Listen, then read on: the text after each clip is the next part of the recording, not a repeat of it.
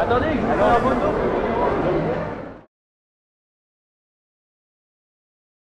C'est une première étape, si je puis dire. Il y a 44 points, donc je ne vais pas vous les détailler, mais la philosophie de la charte de l'harmonie, c'est de dire qu'on essaye dès l'amont de limiter les risques de traitement derrière. Nous n'interdisons pas les produits phytosanitaires, simplement on a interdit les produits TT+, qui sont des classifications toxiques et très toxiques.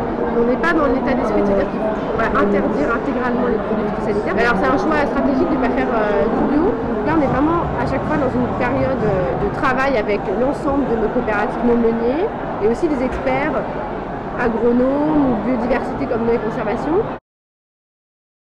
L'interdiction des TT+, c'est quelque chose, il a fallu qu'on travaille plusieurs années avec l'ensemble de ces maillons-là pour finir par arriver à se dire tout ça on les enlève. Et là on est, pour être transparent avec vous, sur essayer d'aller un cran plus loin, d'en enlever d'autres.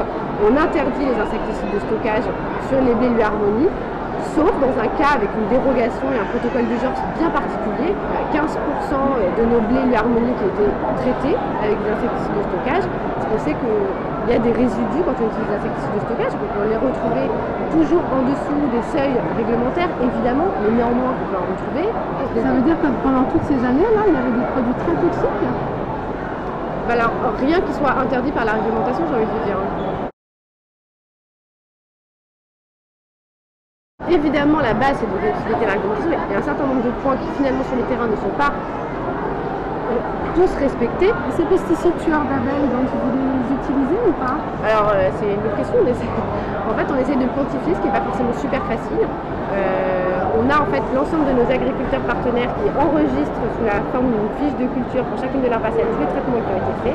Suite également à cette étude qui est sortie et sur laquelle on a été sollicité par Greenpeace, on a demandé en interne à savoir si sur nos blés, sur les blés Harmonie en particulier bien sûr, c'est utilisé, en quelle quantité, etc. Donc on est en train d'essayer de remonter ces informations-là. À date, là, nous n'avons pas répondu au questionnaire. C'est un choix, c'est une décision de la part du groupe.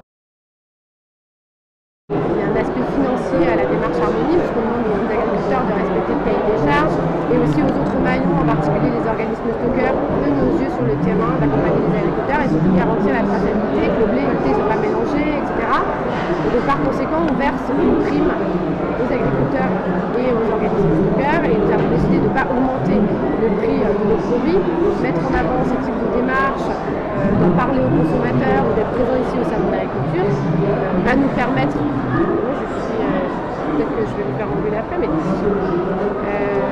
va nous permettre de continuer à être une des marques préférées des Français.